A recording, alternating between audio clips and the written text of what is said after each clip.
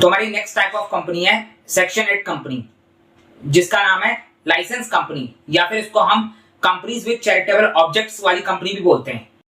इन companies का objective profit कमाना नहीं होता। ये जो कंपनीज होती हैं ये प्रॉफिट मेकिंग के लिए नहीं बनती, यानी इनका ऑब्जेक्टिव प्रॉफिट कमाना नहीं होता। हाँ, वो बात अलग है कि इनमें प्रॉफिट हो जाए तो उसका कुछ नहीं कर सकते, लेकिन ऑब्जेक्टिव प्रॉफिट कमाना नहीं है। ऐसी हमारे इंडिया के अंदर बहुत सारी कंपनीज हैं। अगर मैं आपको एग्जांपल दूं तो टाटा ट्रस्ट हो गई, being human, Tata foundation, Azim Premji foundation, Bill and Melinda Gates foundation, ये सारी हमारी कंपनीज है जो कि सेक्शन 8 कंपनीज है। इन कंपनीज को अगर आपको स्टार्ट करना है, अगर आपको कोई भी non profit making company start करनी है, तो उसके लिए सबसे पहले आपको गवर्नमेंट से लाइसेंस लेना पड़ता है। तो इसीलिए हम इन कंपनीज को लाइसेंस कंपनी के नाम से भी जानते हैं, क्योंकि इनको शुरू करने के लिए हमें लाइसेंस की जरूरत होती है। अब अगर मैं बात करूं सेक्शन 8 कंपनी, आखिर ये किस तरीके की कंपनी होती है, क्या क्या फीचर्स होते हैं इसके अंदर, तो देख लेते हैं एक बार इसको। Section 8 of the companies act deals with the formation and regulation of companies with charitable objects. Section 8 जो है हमारा वो डील करता है चैरिटेबल ऑब्जेक्ट्स वाली कंपनी के फॉर्मेशन और रेगुलेशन से। फॉर्मेशन का मतलब होगा कंपनी को बनाना और रेगुलेशन का मतलब होगा कंपनी को चलाना। तो चैरिटेबल ऑब्जेक्ट्स वाली यानी ऐसी कंपनी जो कि नॉन प्रॉफिट मेकिंग कंपनीज है, वो कंपनी कैसे बनेगी और कैसे चलेगी, इसके बारे में हमें सेक्शन 8 के अंदर बता रखा है। These companies known as section 8 companies. इन कंपनीज को हम सेक्शन 8 कंपनीज भी बोलते हैं। Are established to promote non profit activities in various fields like arts, commerce, science, research, education, sports, charity, social welfare, religion, environmental protection, other similar activities. तो ये सारी हमारी वो फील्ड है या फिर मैं कहूं वो एक्टिविटीज हैं जिन एक्टिविटीज के लिए अगर आप कंपनी स्टार्ट करते हो तो आपकी कंपनी जो है चैरिटेबल कंपनी के अंदर आएगी, यानी आपकी कंपनी सेक्शन 8 कंपनी कहलाएगी। क्योंकि ये सारे वो काम है जिस काम को करने का ऑब्जेक्टिव हमारा प्रॉफिट मेकिंग नहीं होता। हम नॉन प्रॉफिट मेकिंग ऑब्जेक्टिव से काम करते हैं। वो बात अलग है कि प्रॉफिट हो जाए तो उसका क्या ट्रीटमेंट होता है, उसके बारे में अभी थोड़ी देर में बात करेंगे। तो इन कंपनीज को हम बोल सकते हैं सीधे सीधे कि ये जो कंपनीज है ये रजिस्टर्ड होती हैं एज अ एनपीओ या फिर एज अ एनजीओ। एनपीओ का मतलब क्या होता है, नॉन प्रॉफिट ऑर्गेनाइजेशन, और एनजीओ का मतलब क्या होता है, नॉन गवर्नमेंटल ऑर्गेनाइजेशन। तो एनपीओ और एनजीओ में हमारी ये कंपनी रजिस्टर्ड होती है और ये विदाउट प्रॉफिट मेकिंग ऑब्जेक्टिव काम करती हैं। तो हम बोल सकते हैं हर वो कंपनी जो इन फील्ड्स के अंदर नॉन प्रॉफिट एक्टिविटीज को प्रमोट करती है वो हमारी सेक्शन 8 कंपनीज कहलाती है। तो समझ में आ गया। तो नेक्स्ट है हमारा एलिजिबिलिटी। यहां पर हमें ये देखना है कि आखिर कौन कौन सी कंपनीज हैं जो एलिजिबल होती हैं सेक्शन 8 कंपनीज के लिए। अगर आपको सेक्शन 8 कंपनी बनानी है तो उसके लिए क्या क्या एलिजिबिलिटी है। तो सबसे पहले यहां पर देखते हैं, the central government has the authority to grant licence to persons और association of persons who want to registered as section 8 companies. This license is granted based on certain conditions deemed fit by the government. तो यहां पर क्या बोला हुआ है कि central government के पास यह अथॉरिटी है कि वो सेक्शन 8 कंपनी का लाइसेंस ग्रांट कर सकती है। यानी अगर आपको सेक्शन 8 कंपनी का लाइसेंस चाहिए तो उसके लिए आपको सेंट्रल गवर्नमेंट के पास अप्लाई करना पड़ेगा। उसके बाद सेंट्रल गवर्नमेंट जो है आपको ये लाइसेंस प्रोवाइड करवाएगी। अब यहां पर लाइसेंस ऐसे आपको इतनी आसानी से नहीं मिलने वाला। लाइसेंस को लेकर भी कुछ कंडीशंस लगा रखी हैं। This license is grant based on certain conditions. Central government ने कुछ कंडीशंस बता रखी हैं। यहां पर तो ये लिखा हुआ है कि जो कंडीशन सेंट्रल गवर्नमेंट को सही लगेंगी वो conditions central government license grant करने को लेकर लगा सकती है। अब वो कंडीशंस कौन कौन सी हैं वो भी हमें अलग से बता रखी हैं। अभी हम इसके बाद देखेंगे कि आखिर कौन कौन सी कंडीशंस है जिन कंडीशंस को हमें पूरा करना पड़ता है सेक्शन 8 कंपनीज के लिए। तो यहां पर अगर मैं ए पॉइंट को ध्यान से देखूं तो ये पॉइंट हमारा बात कर रहा है नई कंपनीज को लेकर। जो पर्सन नई कंपनी बनाना चाहता है उसके लिए हमारा ये फर्स्ट पॉइंट है, क्योंकि यहां पर लिखा हुआ है who want to registered as section 8 companies. जो सेक्शन 8 कंपनीज बनाना चाहता है यानी अभी नई नई कंपनी शुरू करना चाहता है उसके लिए हमारा ये ए वाला पॉइंट है, जो हमें बता रहा है कि अगर आपको सेक्शन 8 यानी एनपीओ वाली कंपनी बनानी है तो आपको सेंट्रल गवर्नमेंट के पास अप्लाई करना होगा और उसके बाद सेंट्रल गवर्नमेंट आपको कुछ कंडीशंस पूरा करने पर लाइसेंस ग्रांट करेगी। तो समझ में आ गया। अब अगर मैं बी पॉइंट की बात करूं तो बी पॉइंट है हमारा एग्जिस्टिंग कंपनीज के ऊपर। यहां पर हमें बी पॉइंट बता रहा है existing companies registered under the companies act 2013 और previous company laws can apply for conversion. यहां पर कन्वर्जन की बात हो रही है, यानी आपकी पहले से कंपनी है लेकिन वो कंपनी प्रॉफिट मेकिंग कंपनी है, यानी उसका ऑब्जेक्टिव प्रॉफिट कमाना है, लेकिन अब आप चाहते हो कि आप अपनी इस प्रॉफिट मेकिंग कंपनी को ऐसी कंपनी में कन्वर्ट करो जिस कंपनी का ऑब्जेक्टिव प्रॉफिट कमाना नहीं होता। सीधे सीधे बोलूं तो सेक्शन 8 कंपनी की बात हो रही है। हम यहाँ पर नॉर्मल कंपनी को सेक्शन 8 कंपनी में कन्वर्ट करने की बात कर रहे हैं। तो समझ में आ गया, यहाँ पर कन्वर्जन की बात है। अब देखो नीचे एक नोट दे रखा है, इस नोट को ध्यान से देखो, ये बहुत इंपॉर्टेंट नोट है। बेसिकली ये एक अमेंडमेंट है जो गवर्नमेंट लेकर आई थी।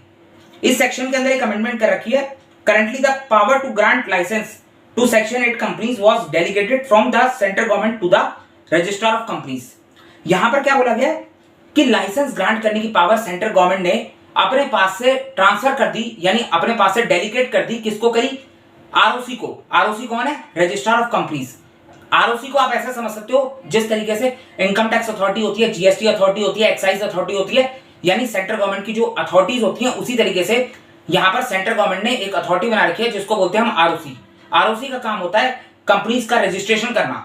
तो यहां पर सेंट्रल गवर्नमेंट ने सेक्शन 8 कंपनी के लाइसेंस ग्रांट करने की पावर आरओसी के पास ट्रांसफर कर दी। अब यहां पर गवर्नमेंट ने ऐसा क्यों करा? क्योंकि सेक्शन 8 कंपनीज जो है वो डेली बेसिस पे बनती है, बहुत सारी एप्लीकेशन आती है। अब गवर्नमेंट के पास इतना टाइम नहीं है, तो गवर्नमेंट ने क्या करा, अपनी पावर को नीचे डेलीगेट कर दिया, नीचे वाले पर्सन को अपनी पावर दे दी और एक अथॉरिटी बना दी जिसका नाम रख दिया आरओसी।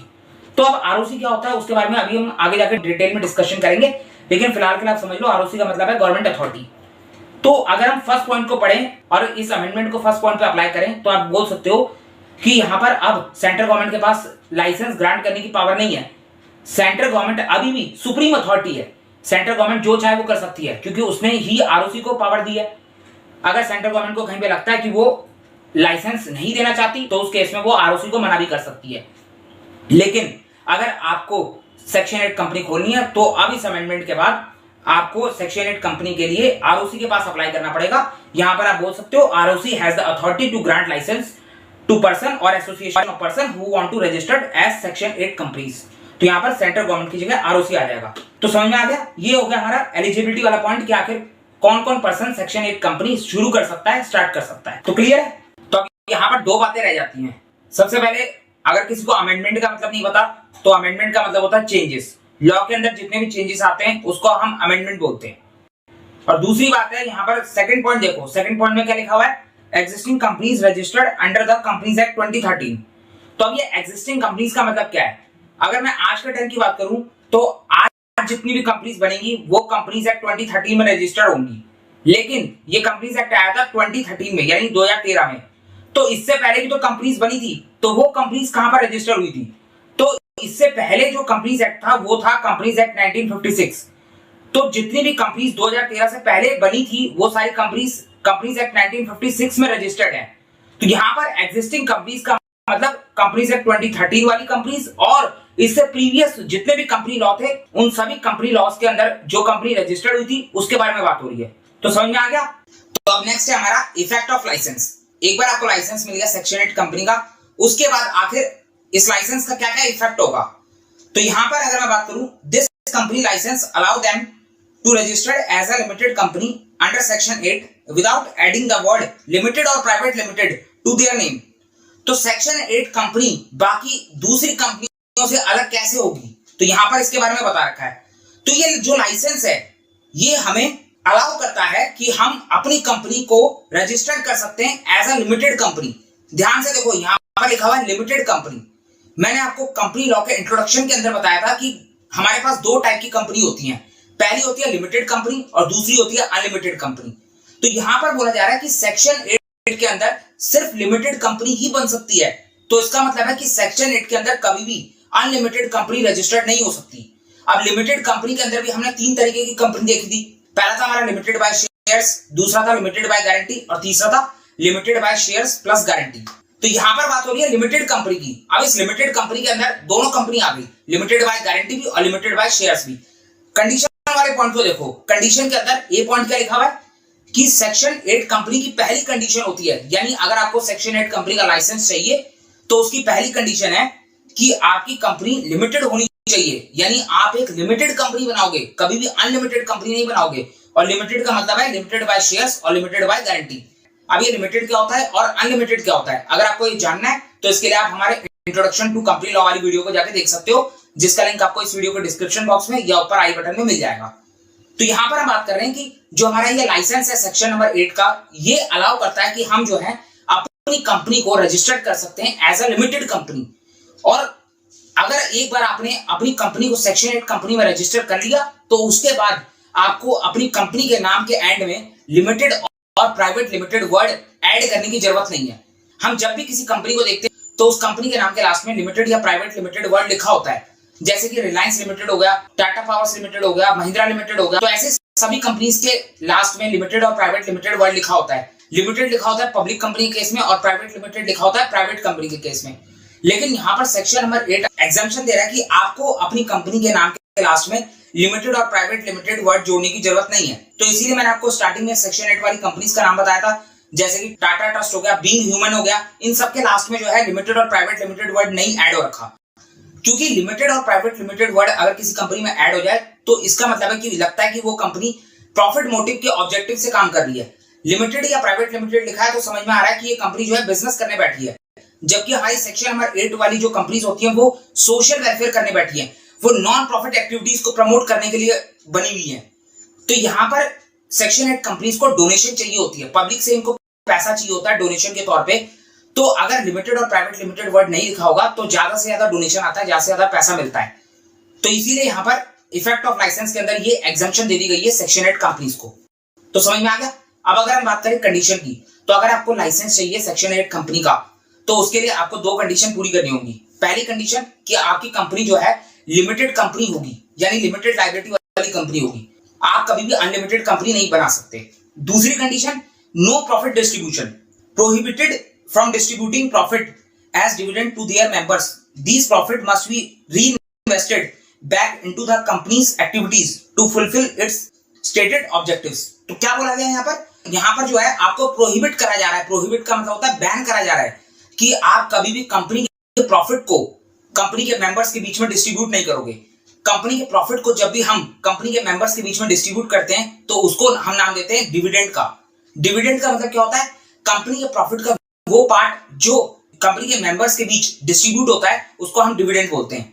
तो यहाँ पर सेक्शन 8 कंपनी के ऊपर डिविडेंड बांटने को लेकर रोक लगा रखी है, पूरी तरीके से बैन कर रखा है कि सेक्शन 8 कंपनी कभी भी अपने प्रॉफिट को मेंबर्स को डिस्ट्रीब्यूट नहीं करेंगे, प्रोहिबिट करा जा रहा है। पहली बात तो मैंने आपको बताई थी कि सेक्शन 8 कंपनी का ऑब्जेक्टिव प्रॉफिट कमाना नहीं होता। सेक्शन 8 कंपनी के ऑब्जेक्टिव्स में साफ साफ लिखा होता है कि ये कंपनी प्रॉफिट पर्पस से नहीं बनाई गई। लेकिन मैंने आपको ये भी बोला था कि सेक्शन 8 कंपनीज के अंदर प्रॉफिट हो जाता है, ऐसा नहीं होता सेक्शन 8 कंपनी के अंदर प्रॉफिट नहीं होता, बहुत सारा प्रॉफिट होता है। अगर मैं आपको बोलूं कि इंडिया के अंदर सबसे बड़ी सेक्शन 8 कंपनी कौन सी है तो वो कंपनी है Tata trust. Tata trust India की सबसे बड़ी सेक्शन 8 कंपनी है जिसके अंदर बहुत सारा प्रॉफिट होता है। तो यहाँ पर प्रॉफिट मेंबर्स को डिस्ट्रीब्यूट नहीं करना, बल्कि उस प्रॉफिट को बिजनेस के अंदर वापस रीइन्वेस्ट कर देना है उसी बिजनेस के ऑब्जेक्टिव्स को पूरा करने के लिए। मैंने आपको बताया था सेक्शन 8 कंपनी के ऑब्जेक्टिव्स क्या होते हैं कि उसे प्रमोट करना है नॉन प्रॉफिट एक्टिविटीज को। जो एक्टिविटीज हमें बता रखी थी साइंस कॉमर्स आर्ट्स, उसी के बारे में यहाँ पर बात हो रही है। तो क्या लिखा हुआ है? These profit must be reinvested back into the company's activities to fulfil its stated objectives. तो समझ में आ गया। तो ये हमारी 2 कंडीशंस हो गई जिसको आप पूरा करोगे तभी आपको सेक्शन 8 कंपनी का लाइसेंस मिलेगा। और अगर एक बार आपको सेक्शन 8 कंपनी का लाइसेंस मिल जाता है तो उसके बाद आपको अपनी कंपनी के नाम के लास्ट में लिमिटेड और प्राइवेट लिमिटेड वर्ड जोड़ने की जरूरत नहीं है। तो क्लियर है। और एक बात का और ध्यान रखना कि सेक्शन 8 कंपनी के अंदर कभी भी ओपीसी नहीं बनाई जा सकती। जिस तरीके से अनलिमिटेड कंपनी सेक्शन 8 कंपनी के अंदर नहीं आती, उसी तरीके से ओपीसी भी सेक्शन 8 कंपनी नहीं हो सकती। ये बात मैंने आपको ओपीसी के अंदर भी बताई थी। तो जिसको ओपीसी का मतलब नहीं पता, ओपीसी का मतलब होता है 1% कंपनी, उसके लिए एक सेपरेट वीडियो मैंने बना रखी है जिसका लिंक आपको इस वीडियो के डिस्क्रिप्शन बॉक्स में मिल जाएगा, आप जाके देख सकते हो। तो समझ में आ गया। तो नेक्स्ट है हमारा एप्लीकेशन टू आरओसी। आरओसी का मतलब क्या होता है मैंने आपको बता दिया। आरओसी का मतलब होता है रजिस्टर ऑफ कंपनीज। अब इसके बारे में और डिटेल में समझेंगे थोड़ी देर में। तो यहां पर बोला जा रहा है the registrar shall on application register such person और association of person as a company under this section. तो यहां पर रजिस्ट्रार कौन है? रजिस्ट्रार का मतलब है आरओसी। आरओसी जो है एप्लीकेशन पर सामने वाला पर्सन एप्लीकेशन देगा कि मुझे सेक्शन 8 कंपनी बनानी है। तो जो भी पर्सन आरओसी को सेक्शन 8 कंपनी बनाने के लिए एप्लीकेशन देगा, उस केस में आरओसी जो है सारे डॉक्यूमेंट सारी एप्लीकेशन को चेक करके उस पर्सन की कंपनी को रजिस्टर करेगा एज अ सेक्शन 8 कंपनी। यहां पर साफ साफ बोल दिया रजिस्ट्रार शैल, रजिस्ट्रार को रजिस्टर करनी होगी। अगर कोई पर्सन रजिस्ट्रार को एप्लीकेशन दे रहा है तो उस केस में रजिस्ट्रार की मर्जी नहीं चलेगी। अगर सब कुछ सही है तो उस केस में रजिस्ट्रार को रजिस्टर करनी होगी सच पर्सन और association of person as a section 8 company. तो समझ में आ गया। अगला है हमारा privileges of a license company. Privileges का मतलब होता है स्पेशल एडवांटेज या बोल सकते हो स्पेशल राइट। तो सेक्शन 8 कंपनी को या मैं कहूं लाइसेंस कंपनी को कौन कौन से स्पेशल एडवांटेजेस मिलते हैं जो किसी अदर नॉर्मल कंपनी को नहीं मिलते। सिंपल सी बात है, आप जो है सोशल वेलफेयर कर रहे हो, अच्छा काम कर रहे हो, तो उस केस में कुछ ना कुछ तो आपको एक्स्ट्रा बेनिफिट मिलना चाहिए। तो यहाँ पर उसी एक्स्ट्रा बेनिफिट की बात करी गई है। तो सबसे पहला पॉइंट है हमारा on registration the company shall enjoy same privileges and obligation as of a limited company. तो ये सिर्फ नाम का प्रिविलेज है, असलियत में ये कोई प्रिविलेज नहीं है। यहाँ पर बोला गया कि अगर आपकी कंपनी सेक्शन 8 कंपनी के अंदर रजिस्टर हो जाती है तो उस केस में आप जो है या मैं कहूं आपकी सेक्शन 8 कंपनी जो है सेम प्रिविलेजेस और ऑब्लिगेशन एंजॉय करेगी जो कि एक नॉर्मल लिमिटेड कंपनी एंजॉय करती है। तो इसमें फर्क क्या है, इसमें कोई स्पेशल प्रिविलेज तो है नहीं। तो पहले पॉइंट के अंदर कोई भी प्रिविलेजेस की बात नहीं आती, लेकिन लॉ के अंदर लिखा हुआ है तो आपको एग्जाम में ये पॉइंट लिखकर आना है। उसके बाद मैं बी पॉइंट की बात करूं तो यहां पर क्या बोला है, a firm may become a member of a license company. कोई भी फर्म का मतलब है यहां पर पार्टनरशिप फर्म। पार्टनरशिप फर्म जो है किसी भी लाइसेंस कंपनी के अंदर मेंबर बन सकती है। यानी अगर कोई पार्टनरशिप फर्म किसी लाइसेंस कंपनी के शेयर्स खरीद ले तो उस केस में वो पार्टनरशिप फर्म जो है उस लाइसेंस कंपनी की मेंबर बन जाएगी। इसको हम एक एग्जांपल से समझते हैं। यहां पर एग्जांपल देखो, तो ये हमारा एग्जांपल है जिसके अंदर हमारे पास 3 पार्टनर्स हैं और इनकी एक पार्टनरशिप फॉर्म है जिसका नाम है एबीसी एंड एसोसिएट। तो यहाँ पर अब जिन स्टूडेंट्स ने पार्टनरशिप एक्ट पढ़ा होगा उनको मालूम होगा कि पार्टनरशिप के अंदर पार्टनर्स और पार्टनरशिप फर्म दो अलग अलग पर्सन नहीं होते, बल्कि दोनों के दोनों सेम होते हैं। पार्टनरशिप एक्ट के अंदर कोई भी सेपरेट लीगल एंटिटी वाला कॉन्सेप्ट नहीं है। जिस तरीके से कंपनी के अंदर कंपनी और कंपनी के मेंबर्स दो अलग अलग पर्सन कहलाते हैं, उस तरीके से पार्टनरशिप का कॉन्सेप्ट काम नहीं करता। अगर कोई काम पार्टनरशिप फर्म करती है तो इसका मतलब है कि माना जाएगा कि वो काम पार्टनर्स ने किया है। तो पार्टनरशिप फर्म का एक्शन पार्टनर का एक्शन माना जाता है। तो यहाँ पर सेपरेट लीगल एंटिटी का कॉन्सेप्ट किस तरीके से अप्लाई होगा उसको आप समझो। ये हमारी एक पार्टनरशिप फर्म है एबीसी एंड एसोसिएट। हमारे पास साइड में एक सेक्शन 8 कंपनी है जिसके अंदर ये एबीसी एंड एसोसिएट मेंबर बनना चाहती है। तो क्या ये एबीसी एंड एसोसिएट इस सेक्शन 8 कंपनी के शेयर्स खरीदकर इस कंपनी के अंदर मेंबर बन सकती है? मैंने आपको पहले ही बता दिया पार्टनरशिप फर्म का अपने आप में कोई भी एग्जिस्टेंस नहीं होता। तो जब इसका खुद का कोई एग्जिस्टेंस नहीं है तो ये किस तरीके से सेक्शन 8 कंपनी के शेयर्स खरीद सकती है? किस तरीके से सेक्शन 8 कंपनी के अंदर मेंबर बन सकती है? नहीं बन सकती ना। यहाँ पर पार्टनर्स जरूर इंडिविजुअल बेसिस पर अपनी इंडिविजुअल कैपेसिटी में सेक्शन 8 कंपनी के अंदर पैसा लगा के सेक्शन 8 कंपनी के मेंबर बन सकते हैं, लेकिन ये एबीसी एंड एसोसिएट अपने आप में सेक्शन 8 कंपनी के अंदर मेंबर नहीं बन सकती। अब ये बात है मैं क्यों बोल रहा हूं, क्योंकि पार्टनरशिप फर्म के अंदर सेपरेट लीगल एंटिटी का कॉन्सेप्ट नहीं होता। लेकिन यहां पर हमें section 8 of the companies act ने क्या बोला है, बी पॉइंट को देखो, a firm may become a member of a license company. जो हमारी फर्म है यानी जो हमारी पार्टनरशिप फर्म है वो लाइसेंस कंपनी के अंदर मेंबर बन सकती है। यहां पर अगर ये तीनों पार्टनर चाहें तो ये थोड़ा थोड़ा पैसा तीनों मिलकर इकट्ठा करेंगे और एबीसी एंड एसोसिएट्स को देंगे और उसके बाद एबीसी एंड एसोसिएट्स जो है सेक्शन 8 कंपनी के अंदर शेयर्स को खरीदेगी और सेक्शन 8 कंपनी की मेंबर बन सकती है।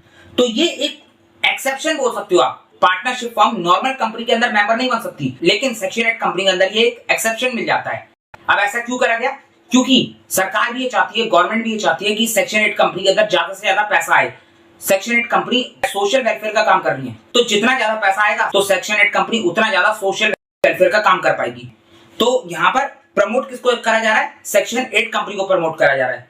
इसीलिए यहाँ पर नीचे रीजन भी लिखा हुआ है, since such company is for charitable objects therefore the government is promoting the idea of charity. Government जो है यहाँ पर चैरिटी के आइडिया को प्रमोट करना चाहती है, यानी ज्यादा से ज्यादा पैसा सेक्शन 8 कंपनी को दिलवाना चाहती है। एक बार इसको पूरा पढ़ लो। A firm may become a member of a license company, it means that a partnership firm can become a member in a company under section 8 even if it is not an LLP. अब यहाँ पर क्या बोला जा रहा है कि partnership firm अगर एलएलपी ना भी हो तो भी उस केस में वो लाइसेंस कंपनी की मेंबर बन सकती है। अब यहाँ पर एलएलपी कहां से आ गया? तो देखो एलएलपी भी पार्टनरशिप फर्म ही होती है, लेकिन एक अलग तरीके की पार्टनरशिप फर्म होती है और एलएलपी का हिसाब भी सेम कंपनी वाला होता है। जिस तरीके से कंपनी के अंदर सेपरेट लीगल एंटिटी का कॉन्सेप्ट काम करता है, उसी तरीके से एलएलपी के अंदर भी सेपरेट लीगल एंटिटी का कॉन्सेप्ट काम करता है। अगर आपको अपनी कंपनी को रजिस्टर कराना है तो आपको आरओसी के पास जाना पड़ेगा। उसी तरीके से अगर आपको एलएलपी को रजिस्टर करवाना है तो उसके लिए भी आपको आरओसी के पास जाना पड़ेगा। जबकि एक नॉर्मल पार्टनरशिप फर्म के अंदर कोई कोई भी रजिस्ट्रेशन की रिक्वायरमेंट नहीं होती। तो इसलिए यहाँ पर बोला गया है कि अगर एक नॉर्मल पार्टनरशिप फॉर्म भी है जिसके अंदर सेपरेट लीगल एंटिटी का कॉन्सेप्ट नहीं होता, तो उसके बावजूद भी ये नॉर्मल पार्टनरशिप फॉर्म जो है एक लाइसेंस कंपनी के अंदर मेंबर बन सकती है। यहाँ पर आप देखो, हर कंपनी को जो है अपना एक रजिस्टर ऑफ मेंबर बनाना पड़ता है, यानी एक रजिस्टर क्या होता है जिसके अंदर कंपनी के मेंबर्स की लिस्ट होती है। तो यहाँ पर सेक्शन 8 कंपनी ने अपना एक रजिस्टर ऑफ मेंबर बना रखा है जिसके अंदर उसने अपने मेंबर्स का नाम लिखा हुआ है। तो पहला नाम देखो, पहला नाम है एबीसी एंड एसोसिएट्स, जिसने इस सेक्शन 8 कंपनी को 15,000 रुपए दिए हैं। उसके बाद सेकंड नंबर पे आता है सोहन, जिसने 5,000 रुपए दिए हैं। फिर थर्ड है हमारा मुकेश, जिसने कंपनी को 50,000 रुपए दिए हैं। तो सबने कंपनी के अंदर थोड़ा थोड़ा पैसा लगाया, उसके हिसाब से इनको जो है कंपनी के अंदर ओनरशिप मिली है, यानी कंपनी के शेयर्स मिले और ये लोग कंपनी के मेंबर बन गए। तो यहाँ पर बात हो रही है कि एबीसी एंड एसोसिएट्स भी सेक्शन 8 कंपनी की मेंबर बन सकती है। अब देखो यहाँ पर ये जो लिखा हुआ है, ये जितनी भी बातें बोली है कि एक फर्म सेक्शन 8 कंपनी के अंदर मेंबर बन सकती है, इसका इफेक्ट क्या होगा, इसका इफेक्ट आपको ध्यान से सुनना है। अगर मैं इसके इफेक्ट की बात करूं, effect of such provision, the membership of the firm ceases in such company on the dissolution of the firm. Ceases का मतलब होता है स्टॉप। तो यहां पर क्या बोला जा रहा है कि अगर फर्म डिसॉल्व हो जाती है, फर्म का मतलब है पार्टनरशिप फर्म डिसॉल्व हो जाती है, जो पार्टनरशिप फर्म सेक्शन 8 कंपनी के अंदर मेंबर है, अगर वो पार्टनरशिप फर्म डिसॉल्व हो जाती है तो उस केस में जो मेंबरशिप है सेक्शन 8 कंपनी के अंदर, जो पार्टनरशिप फर्म की मेंबरशिप थी, वो मेंबरशिप भी ऑटोमेटिकली खत्म हो जाएगी, सीज हो जाएगी। यहां पर ये तीनों पार्टनर्स एबीसी एंड एसोसिएट के डिसॉल्व होने पर, यानी एबीसी एंड एसोसिएट के बंद होने पर सेक्शन 8 कंपनी के पास जाकर ये नहीं बोल सकते कि इस कंपनी के अंदर हमारी फर्म मेंबर के तौर पर रजिस्टर्ड थी, अब हमारी फर्म डिसॉल्व हो चुकी है, तो उस केस में हमें इस कंपनी का मेंबर बना दिया जाए। तो यहाँ पर इस तरीके की बातें ये पार्टनर्स नहीं बोल सकते, क्योंकि सेक्शन 8 कंपनी के अंदर फर्म के मेंबर बनने की बात कही गई थी। यहाँ पर जो है भले इन तीनों पार्टनर्स ने फर्म को पैसा दिया था और उसके बाद फर्म ने सेक्शन 8 कंपनी के अंदर पैसा लगाया था, लेकिन उसके बावजूद मेंबरशिप थी फर्म की, और एक बार अगर फर्म ही खत्म हो गई तो उस केस में मेंबरशिप भी खत्म हो जाएगी। अब अगर इन तीनों पार्टनर्स को सेक्शन 8 कंपनी के अंदर मेंबर बनना है तो उस केस में इनको दोबारा से इंडिविजुअल बेसिस पर, इंडिविजुअल कैपेसिटी में सेक्शन 8 कंपनी के अंदर पैसा लगाना पड़ेगा। तो समझ में आ गया? तो ये एक प्रिविलेज हो गया सेक्शन 8 कंपनी के पास। गवर्नमेंट की इंटेंशन है कि ज्यादा से ज्यादा लोग जो है सेक्शन 8 कंपनी के अंदर पैसा लगाएं, किसी को भी छोड़ा ना जाए। अगर पार्टनरशिप फॉर्म लगाना चाहती है पैसा तो लगा सकती है, कोई दिक्कत नहीं है। अब देखो एक और स्पेशल बेनिफिट होता है जो कि सेक्शन 8 कंपनी को मिलता है, यहाँ पर लिखा नहीं है लेकिन सुन लो। सेक्शन 8 कंपनी को जो है टैक्स एग्जम्पशन मिलती है, यानी सेक्शन 8 कंपनी जो भी प्रॉफिट्स कमाती है उसके ऊपर टैक्स को लेकर छूट मिल जाती है, या फिर ज्यादातर केसेस में जो है सेक्शन 8 कंपनी के प्रॉफिट के ऊपर टैक्स लगता ही नहीं है।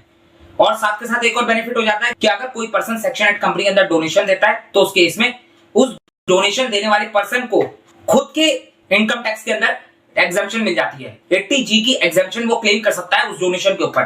तो यहाँ पर डोनेशन देने वाले को भी फायदा हो गया, उसको भी एग्जम्पशन मिल जाता है इनकम टैक्स के अंदर, और साथ के साथ अगर सेक्शन 8 कंपनी का प्रॉफिट होता है तो वहां पर सेक्शन 8 कंपनी को भी प्रॉफिट के ऊपर टैक्स का एग्जम्पशन मिल जाता है। तो ये भी एक एक्स्ट्रा बेनिफिट हो गया, एक्स्ट्रा प्रिविलेज हो गया, आप बोल सकते हो।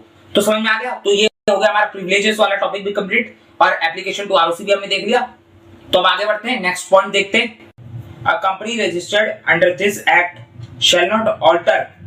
तो यहां पर क्या बोला जा रहा है कि एक कंपनी जो रजिस्टर्ड है अंडर दिस एक्ट, इस एक्ट का मतलब है कंपनीज एक्ट की बात हो रही है, कंपनीज एक्ट 2013 की बात हो रही है।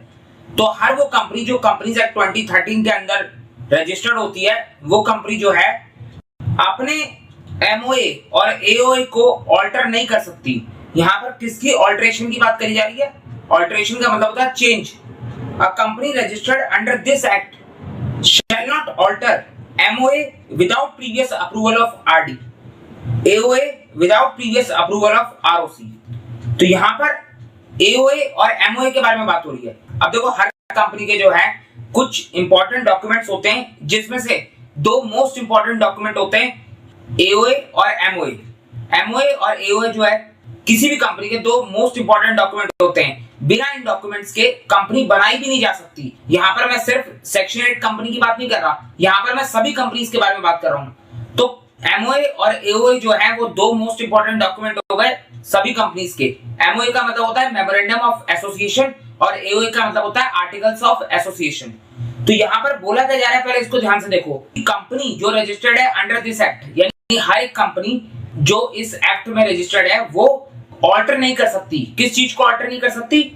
एमओयू को ऑल्टर नहीं कर सकती बिना आरडी की प्रीवियस अप्रूवल के, यानी पहले आरडी की अप्रूवल लेनी पड़ेगी। आरडी कौन होता है? आरडी होता है रीजनल डायरेक्टर। अब इसके बारे में हम बात करेंगे, पहले ध्यान से सुन लो लिखा क्या है। यहाँ पर लिखा हुआ है कि आरडी की बिना प्रीवियस अप्रूवल के कोई भी कंपनी अपने एमओयू को ऑल्टर नहीं कर सकती। और साथ के साथ ये भी लिखा हुआ है कि आरओसी की बिना अप्रूवल के कोई भी कंपनी अपने एओए को ऑल्टर नहीं कर सकती। अब ये एमओए क्या होता है, एओए क्या होता है, इसको अभी थोड़ी देर में देखते हैं। उससे पहले आरडी और आरओसी को समझ लेते हैं। तो यहाँ पर अगर मैं आरडी की बात करूं तो आरडी का मतलब होता है रीजनल डायरेक्टर्स। इंडिया के अंदर 7 रीजन्स में 7 रीजनल डायरेक्टर्स हैं। सिर्फ एक रीजन यहाँ पर नहीं है जो कि हमारा साउथ वेस्ट। साउथ वेस्ट के अंदर कोई भी रीजनल डायरेक्टर का ऑफिस नहीं है। बाकी 7 रीजन्स के अंदर यहाँ पर मैंने ऑफिस के नाम लिखे हुए हैं। तो आरडी का मतलब हो गया हमारा रीजनल डायरेक्टर्स। अब रीजनल डायरेक्टर्स के ऊपर भी हमारी एक अथॉरिटी होती है जिसको हम बोलते हैं सुप्रीम अथॉरिटी, जो कि हमारी सेंट्रल गवर्नमेंट। तो कंपनीज एक्ट के अंदर जब भी हम सेंट्रल गवर्नमेंट की बात करते हैं तो सेंट्रल गवर्नमेंट का मतलब होता है सेंट्रल गवर्नमेंट की एक मिनिस्ट्री जिसका नाम है MCA, ministry of corporate affairs, जो कि कंपनी से रिलेटेड काम करती है। तो सेंट्रल गवर्नमेंट का मतलब होता है एमसीए। तो सबसे सुप्रीम अथॉरिटी हो गई एमसीए, उसके नीचे आ गए हमारे 7 आरडी और सबसे नीचे आता है हमारा आरओसी। अब ये आरओसी कौन है? आरओसी का मतलब होता है रजिस्ट्रार ऑफ कंपनीज, जिसका प्राइमरी काम होता है कंपनीज का रजिस्ट्रेशन करना। तो सबसे नीचे हमारा आरओसी आ जाता है। अब अगर मैं आरओसी की बात करूं तो इंडिया के अंदर हर एक स्टेट में एक आरओसी है। सिर्फ 2 स्टेट ऐसे हैं जहां पर 2 आरओसी हैं। पहला स्टेट है हमारा महाराष्ट्र, जहां पर हमारे पास 2 आरओसी है, एक है मुंबई में और दूसरी है पुणे में। और दूसरा स्टेट है हमारा तमिलनाडु, जिसके अंदर एक आरओसी है चेन्नई में और दूसरी आरओसी है कोयम्बटूर में। तो 2 स्टेट है जहां पर 2 आरओसी है, बाकी हर एक स्टेट के अंदर एक एक आरओसी का ऑफिस है। तो सबसे नीचे आरओसी आ गया। आरओसी के ऊपर 7 आरडी हो गए, रीजनल डायरेक्टर्स, और फाइनली सबसे ऊपर आ गया MCA, ministry of corporate affairs. तो इस तरीके से पूरी चेन काम करती है। तो यहाँ पर आरडी और आरओसी का मतलब समझ में आ गया। अब देखो लिखा क्या था कि एमओए को ऑल्टर करना है, यानी एमओए के अंदर अगर आपको कोई चेंज करना है तो आप आरडी की परमिशन लोगे। एओ के अंदर अगर कोई चेंज करना है तो आप आरओसी की परमिशन लोगे। अब हमें देखना है कि एमओए क्या होता है और एओए क्या होता है। अब अगर मैं एमओए की बात करूं तो एमओए जो है कंपनी का एक इंपॉर्टेंट डॉक्यूमेंट होता है जिसके अंदर कंपनी की बेसिक इंफॉर्मेशन दी गई होती है। बेसिक इंफॉर्मेशन से मतलब है कि कंपनी का नाम दिया होता है, कंपनीज नेम दिया होता है, कंपनी का रजिस्टर्ड ऑफिस का एड्रेस दिया होता है। रजिस्टर्ड ऑफिस का मतलब होता है कंपनी के हेड ऑफिस का एड्रेस। ऑब्जेक्टिव लिखे होते हैं कि आखिर कंपनी किस पर्पज से बनाई गई है, कंपनी का ऑब्जेक्टिव क्या है। जैसे कि यहाँ पर अगर मैं सेक्शन 8 कंपनी की बात करूं तो सेक्शन 8 कंपनी के एमओए के अंदर ऑब्जेक्टिव क्लॉज में एमओए के अंदर जितनी भी बातें लिखी होती हैं उसको हम क्लॉजेस बोलते हैं। तो यहाँ पर कंपनी का नाम लिखेंगे तो बोलेंगे हम नेम क्लॉज, रजिस्टर्ड ऑफिस का एड्रेस लिखेंगे तो बोलेंगे हम रजिस्टर्ड ऑफिस क्लॉज। उसी तरीके से ऑब्जेक्टिव्स लिखेंगे तो बोलेंगे हम ऑब्जेक्ट क्लॉज। उसके बाद आता है हमारा लायबिलिटी क्लॉज, जिसके अंदर हम लिखेंगे कि लायबिलिटी लिमिटेड है या फिर अनलिमिटेड है। उसके बाद नेक्स्ट आता है हमारा कैपिटल क्लॉज, जिसके अंदर लिखते हैं हम कंपनी की ऑथराइज्ड शेयर कैपिटल। कंपनी की मैक्सिमम शेयर कैपिटल को हम कंपनी की ऑथराइज्ड शेयर कैपिटल बोलते हैं।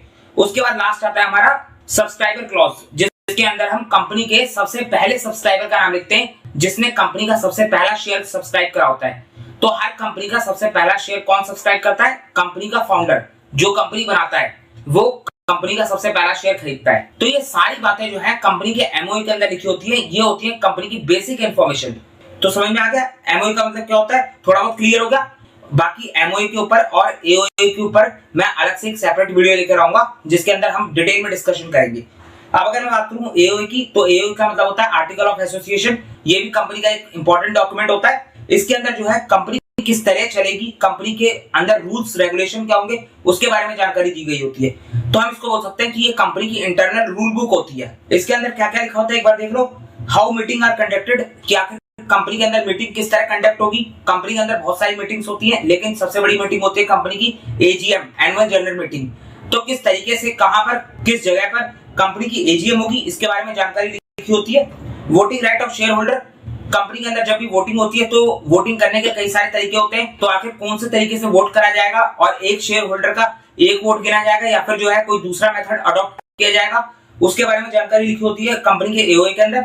Appointment and power of directors, उसके बाद issue and transfer of share, company कितने शेयर इशू करेगी, कंपनी शेयर किस तरीके से ट्रांसफर कर सकती है। प्राइवेट कंपनी के अंदर शेयर के ट्रांसफर के ऊपर रिस्ट्रिक्शन होती है, जबकि पब्लिक कंपनी के अंदर शेयर फ्रीली ट्रांसफरेबल होते हैं। तो कंपनी के एओए के अंदर इशू ऑफ शेयर और ट्रांसफर ऑफ शेयर के बारे में पूरी जानकारी होती है। उसके बाद लास्ट है हमारा how the company can wound up, company किस तरह बंद होगी, कंपनी जब डिसोल्यूशन में जाएगी तो उस टाइम पर कंपनी के बंद होने का, कंपनी के वाउंड अप होने का प्रोसेस क्या होगा, उसके बारे में सारी जानकारी दी होती है कंपनी के एओए के अंदर। तो ये सारी बातें जो है कंपनी के एओए के अंदर लिखी होती है, जिसको बोलते हैं हम कंपनी के इंटरनल रूल बुक। तो समझ में आ गया। अब एओए का मतलब क्लियर हो गया और एमओए का मतलब भी क्लियर हो गया। अब वापस एक बार उसको देखोगे तो आपको समझ में आ जाएगा। A company registered under this act shall not alter MOA without previous approval of RD, AOA without previous approval of ROC. तो क्लियर है, इतनी बात समझ में आ गई। अब देखो लास्ट हमारा एक छोटा सा नोट रह गया, उसको भी समझ लो। यहाँ पर क्या लिखा हुआ है, a section 8 company operating as a non profit entity with a social objective. जो सेक्शन 8 कंपनी होती है वो नॉन प्रॉफिट एंटिटी होती है, सोशल ऑब्जेक्टिव के लिए काम करती है। तो यहाँ पर बोला जा रहा है कि जो सेक्शन 8 कंपनी है वो कन्वर्ट हो सकती है into another type of company. अगर मान लो आपकी एक सेक्शन 8 कंपनी है और आप चाहते हो कि मैं अपनी कंपनी को एक नॉर्मल कंपनी में कन्वर्ट कर लूं, यानी एक ऐसी कंपनी में कन्वर्ट कर लूं जिसका ऑब्जेक्टिव प्रॉफिट कमाना है, प्रॉफिट जनरेट करना है, तो क्या आप ऐसा कर सकते हो? तो बिल्कुल यहाँ पर ये नोट इसी के बारे में बात कर रहा है कि अगर आप अपनी सेक्शन 8 कंपनी को किसी अनदर कंपनी में कन्वर्ट करना चाहते हो तो आप ये कर सकते हो, लेकिन इसके लिए आपको कुछ सर्टेन कंडीशंस को पूरा करना पड़ेगा। और वो कंडीशंस कहां पर दे रखी हैं? वो कंडीशंस जो है प्रिस्क्राइब कर रखी हैं, but only after fulfilling the conditions prescribe. Prescribe का मतलब होता है कि ये कंडीशंस जो है कंपनीज के रूल्स में लिखी हुई हैं। जिस तरीके से हमारे पास कंपनीज एक्ट होते हैं उसी तरीके से हमारे पास कंपनीज रूल्स होते हैं। तो कंपनीज रूल्स जो है वो सेंट्रल गवर्नमेंट बनाती है, यानी एमसीए बनाती है। तो कंपनीज के रूल्स में प्रोसीजर बता रखा है, जो कंडीशंस बता रखी हैं उस कंडीशन के अकॉर्डिंग, उस कंडीशन को पूरा करके आप जो है अपनी एक सेक्शन 8 कंपनी को अनदर टाइप ऑफ कंपनी में कन्वर्ट कर सकते हो। अब ये रूल्स क्या है उसके बारे में हमें इतना डिटेल में जाने की जरूरत नहीं है, बस यहाँ पर रूल नंबर देख लो, rule 21 and 22 of the companies incorporation rule 2014। तो ये हमारे रूल 21 और 22 है, जिसके बारे में आपको डिटेल में अभी जाने की जरूरत नहीं है। अगर आप कहोगे तो मैं सेपरेटली उसके ऊपर वीडियो बना दूंगा, बाकी इतना समझ लो आपके लिए काफी है। तो क्लियर होगा आपको। तो ये हमने देख लिया कि अगर सेक्शन 8 कंपनी क्या होती है, सेक्शन 8 कंपनी किस तरह बनाई जाती है, उसका पूरा प्रोसीजर देख लिया। अब हम देखेंगे कि अगर आपने सेक्शन 8 कंपनी के अंदर जो कंडीशंस दी हैं उनमें से किसी भी कंडीशन का वायलेशन करा या फिर कोई भी रूल को तोड़ा, तो उस केस में सेंट्रल गवर्नमेंट के पास ये पावर है कि वो चाहे तो आपका लाइसेंस रिवोक कर सकती है, यानी आपका लाइसेंस वापस छीन सकती है, कैंसिल कर सकती है। तो अब हमारा नेक्स्ट पॉइंट होगा रिवोकेशन ऑफ लाइसेंस। तो नेक्स्ट है हमारा revocation of license. Revocation of license by central government, जिसको हम शॉर्ट में सीजीबी बोलते हैं। तो यहाँ पर बात हो रही है कि सेक्शन 8 कंपनी का लाइसेंस रिवोक होने जा रहा है। कौन रिवोक करेगा? सीजी रिवोक करेगी। रिवोक का मतलब होता है वापस लेगी, कैंसिल करेगी। अब क्यों कैंसिल करा जाएगा? अगर आपने सेक्शन 8 कंपनी खोली और उसके बाद सेक्शन 8 कंपनी के जो रूल्स और कंडीशन बताई थी उन रूल्स और कंडीशंस को फॉलो नहीं करा, कोई रूल्स और कंडीशंस का वायलेशन करा, तो उस केस में सेंट्रल गवर्नमेंट आपका लाइसेंस कैंसिल भी कर सकती है और आपको कंपनी बंद करने को भी बोल सकती है। तो यहाँ पर रिवोकेशन ऑफ लाइसेंस हम देखेंगे कि आखिर कौन कौन से केसेस के अंदर सेक्शन 8 कंपनी का लाइसेंस रिवोक कराया जा सकता है। अब यहाँ पर ध्यान रखना, यहाँ पर रिवोकेशन की पावर सेंट्रल गवर्नमेंट के पास ही है। मैंने आपको अभी बताया था कि लाइसेंस इशू करने की पावर सेंट्रल गवर्नमेंट ने आरओसी को दे दी, लेकिन लाइसेंस रिवोक करने की जब बात आती है तो वहां पर पावर सेंट्रल गवर्नमेंट ने अभी भी अपने पास ही रखी है। तो यहाँ पर देख लेते हैं कौन कौन सी कंडीशन है जिन केसेस के अंदर आपका लाइसेंस रिवोक हो सकता है। तो पहला पॉइंट है हमारा ऑल्टर एओए और MOA without obtaining the previous approval of RD और आरओसी। तो मैंने आपको अभी बताया था कि अगर आपको अपने मेमोरेंडम या फिर आर्टिकल्स के अंदर कोई चेंजेस करना है तो उसके लिए आपको आरडी और आरओसी की अप्रूवल लेनी होगी। अगर आपको अपने एमओए के अंदर कोई चेंज करना है तो आपको आरडी की अप्रूवल चाहिए, और अगर आपको एओए के अंदर कोई चेंज करना है तो उसके लिए आपको आरओसी की अप्रूवल चाहिए। तो यहाँ पर बोला जा रहा है कि अगर आपने बिना आरडी और आरओसी के अप्रूवल के अपने एमओए और एओए को ऑल्टर कर दिया तो उस केस में आपका लाइसेंस रिवोक कराया जा सकता है। तो ये हो गई हमारी पहली कंडीशन। दूसरा क्या है? कॉन्ट्रावीनिंग सेक्शन 8 रिक्वायरमेंट्स। सेक्शन 8 के अंदर जो कंडीशंस दे रखी थी उन कंडीशंस को अगर आपने कॉन्ट्रावीन करा, यानी उन कंडीशंस को अगर आपने तोड़ा, तो उस केस में भी आपका लाइसेंस रिवोक कराया जा सकता है। If the company fails to comply with any of the requirement stipulated in section 8 of the act, such as distribution of dividend of its member or not promoting charitable objects, तो यहाँ पर बोला जा रहा है कि अगर सेक्शन 8 के अंदर दी गई किसी भी कंडीशन को आपने वायलेट करा, किसी भी कंडीशन को आपने कॉन्ट्रावीन करा, तो उस केस में आपका लाइसेंस रिवोक कराया जा सकता है। अगर उन कंडीशंस की बात करें तो हम एग्जांपल बोल सकते हैं डिस्ट्रीब्यूशन ऑफ डिविडेंड। अगर आपने अपने मेंबर्स को डिविडेंड डिस्ट्रीब्यूट करा तो उस केस में लाइसेंस रिवोक हो सकता है, या फिर अगर आपने जिस चैरिटेबल ऑब्जेक्ट्स के लिए कंपनी बनाई थी उन चैरिटेबल ऑब्जेक्ट्स को प्रमोट नहीं करा, आप कुछ और काम करने लग गए, तो उस केस में भी आपका लाइसेंस रिवोक कराया जा सकता है। तीसरा केस है हमारा, तीसरी कंडीशन है, affairs of a company are conducted in a fraudulent manner. तो यहाँ पर अफेयर्स का मतलब क्या होता है? अफेयर्स का मतलब होता है डे टू डे वर्किंग। तो कंपनी जो है अपनी डे टू डे वर्किंग के अंदर अगर कोई फ्रॉडुलेंट काम करती है, कोई फ्रॉड काम करती है, अब यहाँ पर फ्रॉड का मतलब क्या है कि आपकी सेक्शन 8 कंपनी है और आपको पैसा मिला है चाइल्ड एजुकेशन को प्रमोट करने के लिए, यानी सोशल वेलफेयर करने के लिए, और आप उस पैसे को अपने पर्सनल यूज के लिए इस्तेमाल कर देते हो, तो उस केस में ये फ्रॉडुलेंट मैनर माना जाएगा, फ्रॉडुलेंट कंडक्ट माना जाएगा। तो यहाँ पर फ्रॉडुलेंट मैनर का मतलब मैंने लिखा हुआ है money use for personal use. अगर आपने पैसा पर्सनल यूज के लिए इस्तेमाल करा तो ये फ्रॉडुलेंट मैनर है। उसके बाद आगे क्या बोला है? और आर वायलेशन ऑफ ऑब्जेक्ट। अब ये वायलेशन ऑफ ऑब्जेक्ट क्या होता है? पहले तो हमने फ्रॉड वाला देखा, अब बात कर रहा हूं मैं ऑब्जेक्ट का वायलेशन करा, यानी आपने करा सोशल काम ही या आपने चैरिटेबल काम ही करा, लेकिन जो काम आपके एमओए के ऑब्जेक्ट क्लॉज में लिखा था आपने उससे हटके कुछ अलग काम करा। जैसे कि मान लो आपके कंपनी के एमओए के अंदर लिखा हुआ है कि आप जो है वुमेन एम्पावरमेंट का काम करोगे, लेकिन आपने उन पैसों का इस्तेमाल, जो पैसा आपको डोनेशन के तौर पे मिला, उस पैसे को आपने चाइल्ड एजुकेशन में लगा दिया। तो उस केस में चाइल्ड एजुकेशन भी सोशल काम है और वुमेन एम्पावरमेंट भी सोशल काम है, लेकिन आपको बोला गया था, आपके एमओए के अंदर लिखा था कि आप वुमेन एम्पावरमेंट का काम करोगे, लेकिन आपने अपने ऑब्जेक्ट क्लॉज से बाहर जाकर यहाँ पर चैरिटेबल काम ही करा जा रहा है, लेकिन जो काम ऑब्जेक्ट क्लॉज में लिखा है उससे हटके अगर आप कोई और काम करते हो तो वो आपका वायलेशन ऑफ द ऑब्जेक्ट कहलाएगा। आप ऐसा भी नहीं कर सकते, अगर आपने ऐसा काम भी करा, वायलेशन ऑफ द ऑब्जेक्ट भी करा, तो उस केस में भी आपका लाइसेंस रिवोक कराया जा सकता है। यहाँ पर आप देख सकते हो वायलेशन ऑफ द ऑब्जेक्ट के आगे क्या लिखा हुआ है? Money may have been used for any other charitable object which has not been specified in the object clause. तो समझ में आ गया? अब लास्ट है हमारा fourth condition, affairs of a company are prejudice to public interest. Affairs का मतलब पता है आपको? अब यहाँ पर बोला जा रहा है कि कंपनी कुछ ऐसा काम करते हैं जो प्रीजुडिस हो। प्रीजुडिस का मतलब होता है हार्मफुल, पब्लिक इंटरेस्ट में ना हो, पब्लिक के लिए हार्मफुल हो। अगर आप कोई ऐसा काम करते हो तो उस केस में भी आपका लाइसेंस कैंसिल हो सकता है। तो ये 4 कंडीशंस हैं, अगर इनमें से कोई भी कंडीशंस को आप पूरा कर देते हो, यानी इनमें से आप कुछ भी काम कर देते हो, तो उस केस में सेंट्रल गवर्नमेंट के पास पावर है कि वो चाहे तो आपका सेक्शन 8 कंपनी का लाइसेंस वापस ले सकती है, रिवोक कर सकती है। अब देखो लास्ट में नीचे क्या लिखा है? However, before revocation, opportunity of being heard shall be given to the company। इसका मतलब क्या है? अगर आपने इनमें से कुछ भी काम किया या फिर अगर आपने कोई और काम किया जिससे सेंट्रल गवर्नमेंट को लगा कि आपका लाइसेंस रिवोक कर देना चाहिए, तो उस केस में सेंट्रल गवर्नमेंट जो है आपका लाइसेंस रिवोक करने से पहले आपको एक बार मौका जरूर देगी। यहाँ पर काम करेगा हमारा principle of natural justice. Principle of natural justice का मतलब है कि किसी के खिलाफ भी फैसला सुनाने से पहले एक बार उसको अपनी बात रखने का मौका मिलना चाहिए। तो यहाँ पर यही बात बोली जा रही है कि सेंट्रल गवर्नमेंट आपका लाइसेंस कैंसिल करने से पहले एक बार कंपनी को अपनी बात रखने का मौका देगी, अपनी सफाई पेश करने का मौका देगी। तो यहाँ पर लाइसेंस रिवोक करने से पहले अपॉर्चुनिटी ऑफ बीइंग हर्ड देना जरूरी है। तो समझ में आ गया? तो ये हमारा रिवोकेशन ऑफ लाइसेंस की 4 कंडीशन हो गई कि इन केसेस के अंदर आपका लाइसेंस रिवोक कराया जा सकता है। तो क्लियर है? अब देखते हैं अपना नेक्स्ट पॉइंट जो कि है इफेक्ट ऑफ रिवोकेशन। तो नेक्स्ट है हमारा इफेक्ट ऑफ रिवोकेशन। एक बार अगर आपका लाइसेंस रिवोक हो जाए तो उसके बाद अब इसका क्या क्या इफेक्ट होगा, आपकी कंपनी के ऊपर इसका क्या क्या असर पड़ेगा। तो देखो लाइसेंस आपका रिवोक हो गया, इसका मतलब है कि अब आपके पास सेक्शन 8 कंपनी का स्टेटस नहीं रहा। तो इस केस में जो जो फायदे आपको मिले थे, जो जो एग्जेम्पशन आपको मिली थी, वो सारी एग्जेम्पशन आपसे वापस ले ली जाएगी, आपसे छीन ली जाएगी।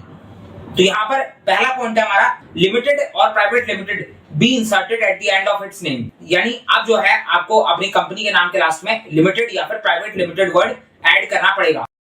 ये आपको एग्जाम्पशन मिली थी सेक्शन 8 कंपनी के अंदर, लेकिन अब आपके पास सेक्शन 8 कंपनी का लाइसेंस नहीं है, तो इस केस में आपकी कंपनी भी एक नॉर्मल कंपनी की तरह अपने नाम के लास्ट में लिमिटेड और प्राइवेट लिमिटेड वर्ड जोड़ेगी। तो समझ में आ गया? सेकंड है हमारा exemption granted shall cease to be available. जितनी भी एग्जाम्पशन आपको मिली थी सेक्शन 8 कंपनी के अंदर, फिर चाहे वो टैक्स को लेकर हो या फिर नाम को लेकर हो या किसी और चीज को लेकर हो, सारी तरीके की एग्जाम्पशन आपकी खत्म हो जाएगी। लास्ट है हमारा after license revocation the company must apply to the registrar of companies in the prescribed form along with prescribed fees to convert its status and name accordingly। तो यहाँ पर एक बार आपका लाइसेंस रिवोक हो गया, तो लाइसेंस रिवोक होने के बाद अब आपको आरओसी के पास अप्लाई करना पड़ेगा। किस चीज के लिए अप्लाई करना है? अप्लाई करना है कि हमारी कंपनी का लाइसेंस कैंसिल हो चुका है, तो अब हमें अपनी कंपनी का स्टेटस चैरिटेबल से नॉन चैरिटेबल में चेंज करना है। तो लाइसेंस रिवोक होने के बाद आपको आरओसी के पास एक एप्लीकेशन देनी पड़ेगी प्रिस्क्राइब फॉर्म में। प्रिस्क्राइब का मतलब मैंने आपको बताया था कि यहाँ पर रूल्स बनाएगी सेंट्रल गवर्नमेंट। तो सेंट्रल गवर्नमेंट ने जो है कंपनीज के रूल्स में बता रखा है कि कौन सा फॉर्म नंबर आपको भरना है। यहाँ पर हम फॉर्म नंबर के ऊपर नहीं जा रहे, उतनी डिटेल में बात नहीं करेंगे। एग्जाम के लिए सिर्फ प्रिस्क्राइब फॉर्म लिख दोगे तो इतना काफी है। तो यहाँ पर आपको प्रिस्क्राइब फॉर्म में एप्लीकेशन जमा करनी पड़ेगी विद अ प्रिस्क्राइब फीस। नाम चेंज करना है, स्टेटस चेंज करना है तो उसके लिए कुछ फीस भी लगेगी। तो वो फीस भी कहां पर प्रिस्क्राइब कर रखी है, कंपनीज के रूल्स में प्रिस्क्राइब कर रखी है। तो समझ में आ गया। तो ये हमारे इफेक्ट ऑफ रिवोकेशन हो गए। तो यहाँ पर सेक्शन 8 कंपनी का लाइसेंस रिवोक कर लिया सेंट्रल गवर्नमेंट ने। तो अब इसके आगे क्या होगा, तो अब इसके आगे जो है सेंट्रल गवर्नमेंट ऑर्डर जारी करेगी, order of central government for winding up और अमेलगमेशन। सेंट्रल गवर्नमेंट जो है यहाँ पर अब ये बोल सकती है सेक्शन 8 कंपनी को कि तुम अपने बिजनेस को बंद करो, तुम इस कंपनी को वाइंड अप करो, या फिर सेंट्रल गवर्नमेंट ये भी बोल सकती है कि तुम इस कंपनी को अमेलगमेट करो, अमेलगमेशन में जाओ। अब ये अमेलगमेशन क्या होता है और वाइंडिंग अप क्या होता है। वाइंडिंग अप का मतलब तो हम सबको पता है, वाइंडिंग अप का मतलब है कंपनी को बंद करना। अब बात करूं अमेलगमेशन की, तो अमेलगमेशन का मतलब ध्यान से सुन लो। तो देखो दो वर्ड होते हैं, एक होता है अमेलगमेशन और दूसरा होता है मर्जर। अगर मैं अमेलगमेशन का एग्जांपल दूं, अमेलगमेशन की बात करूं, तो अमेलगमेशन का मतलब होता है कि मान लो दो कंपनीज है, एक है ए लिमिटेड और दूसरी है बी लिमिटेड। तो यहाँ पर ए लिमिटेड और बी लिमिटेड दोनों आपस में एक हो जाएंगी और एक नई कंपनी बना लेंगी जिसका नाम होगा ए बी लिमिटेड। तो अब इसे बोलते हैं हम अमेलगमेशन, जिसमें दो कंपनी एक साथ होकर उन्होंने एक नई कंपनी क्रिएट कर ली ए बी लिमिटेड। ये ए बी लिमिटेड एक बिल्कुल नई कंपनी है। अगर मैं इसका रियल लाइफ एग्जांपल दूं तो हमारे पास अमेलगमेशन का एग्जांपल है Maruti Suzuki limited. Maruti Motors एक इंडियन कंपनी थी और सुजुकी एक जापानीज कंपनी थी। मारुति मोटर्स और सुजुकी का आपस में अमेलगमेशन हुआ और एक नई कंपनी बन के आई मारुति सुजुकी लिमिटेड। तो ये अमेलगमेशन का एक एग्जांपल हो गया।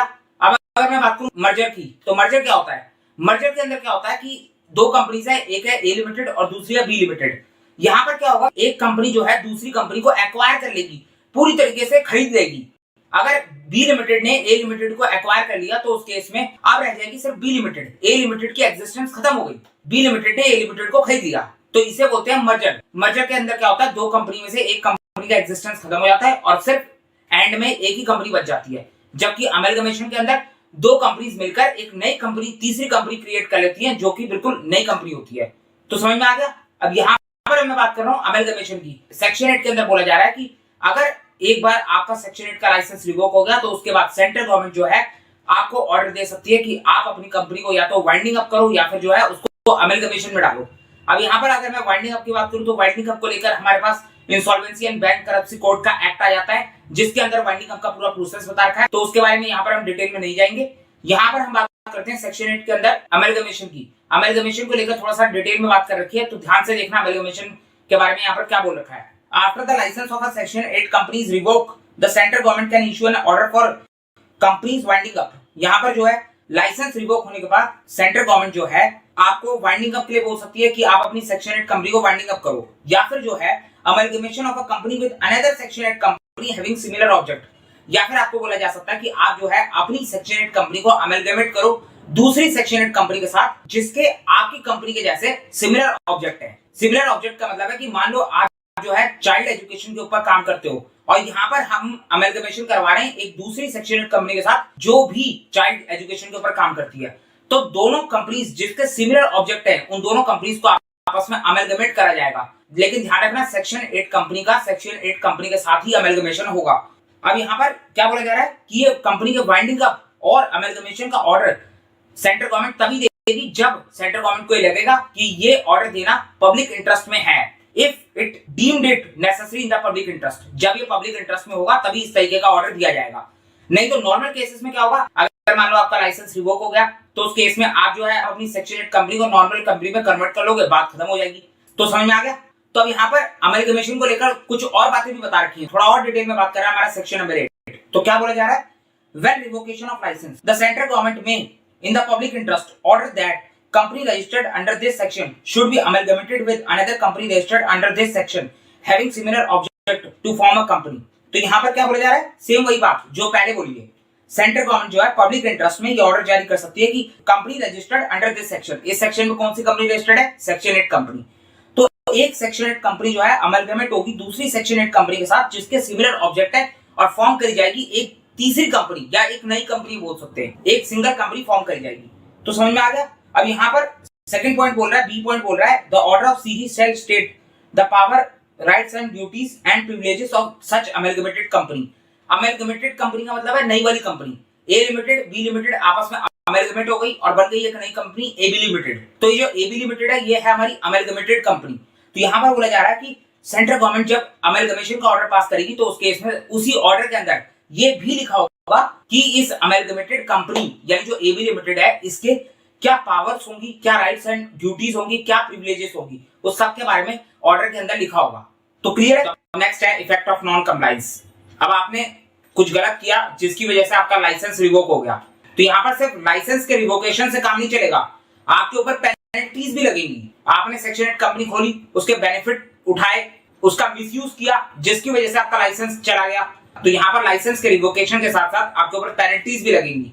तो उसी के बारे में यहाँ पर बात हो रही है, effect of non compliance. A company shall be punishable with a fine more than equal to 10 lakh but less than equal to 1 crore. तो यहाँ पर बोला जा रहा है कि अगर आप नॉन कंप्लायंस करते हो सेक्शन 8 का, तो उस केस में कंपनी के ऊपर फाइन लगेगा मिनिमम 10 लाख और मैक्सिमम 1 करोड़। यहाँ पर लिखा है more than equal to 10 lakh. Equal to 10 lakh तो आई, आगे मोर देन लिखा है, इसका मतलब 10 लाख से ऊपर भी लग सकता है, तो इसीलिए ये मिनिमम लिमिट है। और मैक्सिमम लिमिट की बात करूं तो less than equal to 1 crore लिखा है। इक्वल टू 1 करोड़ तो है, लेकिन लेस देन यानी इससे कम भी हो सकता है, इसीलिए ये मैक्सिमम लिमिट है। तो मिनिमम है 10 लाख, मैक्सिमम है 1 करोड़। तो ये फाइन है कंपनी के ऊपर। अब बात करते हैं कंपनी के डायरेक्टर्स के ऊपर, हर उस पर्सन के ऊपर जिसने सेक्शन 8 की कंडीशंस को तोड़ा है, तो उसके ऊपर क्या फाइन लगेगा। तो बी पॉइंट देखो, एवरी डायरेक्टर और officer in default shall punishable with a fine more than equal to 25,000 but less than equal to 25 lakh, यानी मिनिमम 25,000 और मैक्सिमम 25 लाख। तो यहाँ पर डायरेक्टर्स और ऑफिसर इन डिफॉल्ट के ऊपर मिनिमम है 25,000 और मैक्सिमम है 25 लाख। तो ये है हमारा इफेक्ट ऑफ नॉन कंप्लायंस की पेनल्टीज। अब यहाँ पर इम्प्रिजनमेंट का रूल भी था जिसको अमेंडमेंट से हटा दिया गया है। तो अगर आप कहीं पर इम्प्रिजनमेंट का पॉइंट देखोगे तो इसका मतलब है कि वो पुराना वाला लॉ है, अभी उसमें अमेंडमेंट हो चुकी है और इसको डिलीट कर दिया, तो अब सिर्फ फाइन वाली बातें रह गई है। अब देखो नीचे क्या लिखा हुआ है, if the contravention involves fraudulent conduct officer and directors can be prosecuted under section 447 of the act which carries harsher penalties including imprisonment. तो यहाँ पर बोला जा रहा है कि अगर आपने कॉन्ट्रावेंशन करा यानी सेक्शन 8 के रूल्स को तोड़ा जिसके अंदर फ्रॉडुलेंट कंडक्ट है यानी आपने फ्रॉड करा है, तो फ्रॉड के केस में यहां पर आपके ऊपर अलग सेक्शन का केस चलेगा। क्या बोला है यहां पर, अगर आपने कॉन्ट्रावेंशन करा है जिसके अंदर फ्रॉडुलेंट कंडक्ट है तो उस केस में ऑफिसर और डायरेक्टर्स के ऊपर केस चलेगा सेक्शन 447 के हिसाब से। कंपनीज एक्ट के अंदर एक सेक्शन दे रखा है सेक्शन 447 जो कि बहुत हार्शर पेनल्टी यानी बहुत ज्यादा पेनल्टीज देता है और साथ के साथ उसके अंदर इम्प्रिजनमेंट का रूल भी है। तो सेक्शन 447 के ऊपर हमें यहाँ डिटेल में जाने की जरूरत नहीं है, उसके ऊपर मैं अलग से वीडियो लेकर आऊंगा जिसके अंदर हम सेक्शन 447 को डिटेल में समझेंगे। तो समझ में आ गया। तो ये हमारा सेक्शन 8 यहाँ पर कंप्लीट हो गया। अब इसको लेकर छोटे छोटे 2-3 नोट दे रखे हैं नीचे, एक बार उसको भी देख लो। तो पहला नोट है जिसमें बोला गया है कि अगर सेक्शन 8 कंपनी को अपनी जनरल मीटिंग बुलानी है, मैंने आपको बताया था कंपनीज के अंदर बहुत सारे टाइप की मीटिंग होती है, लेकिन यहाँ पर बात हो रही है जनरल मीटिंग की। तो यहाँ पर बोला जा रहा है कि अगर सेक्शन 8 कंपनी को अपनी जनरल मीटिंग बुलानी है तो उस केस में 14 डेज का नोटिस काफी होगा। यहाँ पर 21 डेज के नोटिस की रिक्वायरमेंट नहीं है। बेसिकली होता क्या है कि जब भी किसी कंपनी को अपनी एनुअल जनरल मीटिंग बुलानी होती है तो उसके लिए डेट ऑफ मीटिंग से पहले 21 डेज का नोटिस देना पड़ता है शेयर होल्डर्स और मेंबर्स को। लेकिन यहाँ पर सेक्शन 8 के केस में 21 डेज को कम करके 14 डेज कर दिया गया है, यानी सेक्शन 8 कंपनी के अंदर 14 डेज का नोटिस काफी है। सेकंड पॉइंट है हमारा requirement of minimum numbers of directors, independent directors etcetera does not apply. तो नॉर्मल कंपनीज के केस में मिनिमम डायरेक्टर की लिमिट होती है, इंडिपेंडेंट डायरेक्टर की लिमिट होती है, लेकिन ऐसी कोई लिमिट अप्लाई नहीं होती सेक्शन 8 कंपनी के अंदर, क्योंकि यहाँ पर आप सोशल वेलफेयर का काम कर रहे हो। तो इस केस में कंपनीज एक्ट भी आपको कुछ एग्जेम्पशंस देता है, कुछ छूट देता है, रूल्स को आपके लिए ज्यादा स्ट्रिक्ट नहीं बनाता। तीसरा पॉइंट है हमारा need not constitute nomination and remuneration committee, share holder relationship committee. तो नॉर्मल कंपनी के केस में आपको कुछ नॉमिनेशन कमेटी बनानी पड़ती है, रेम्युनरेशन कमेटी बनानी पड़ती है। तो इस तरीके की कोई भी कमेटी की रिक्वायरमेंट यहाँ पर नहीं होती सेक्शन 8 कंपनी के अंदर। अब देखो एक लास्ट पॉइंट जो कि हम पहले भी पढ़ चुके हैं, अ partnership firm can become a member of a section 8 company. Partnership जो है सेक्शन 8 कंपनी के अंदर मेंबर बन सकती है। तो समझ में आ गया। ये 4 हमारे छोटे छोटे नोट हो गए सेक्शन 8 को लेकर। तो यहाँ पर हमारा सेक्शन 8 कंप्लीट होगा। हमने बहुत डिटेल में सेक्शन 8 को देखा। तो अगर आपको वीडियो पसंद आए तो आप वीडियो को लाइक कर देना, चैनल को सब्सक्राइब कर देना और इस वीडियो को ज्यादा से ज्यादा शेयर करना। डिस्क्रिप्शन बॉक्स में आपको टेलीग्राम ग्रुप का लिंक मिलेगा, उसको भी जाके ज्वाइन कर लेना। तो इसी तरीके की और भी वीडियोस के लिए आप हमारे चैनल से जुड़े रहें, चैनल को सब्सक्राइब करें। तो आप मिलेंगे अपनी एक नई वीडियो के साथ।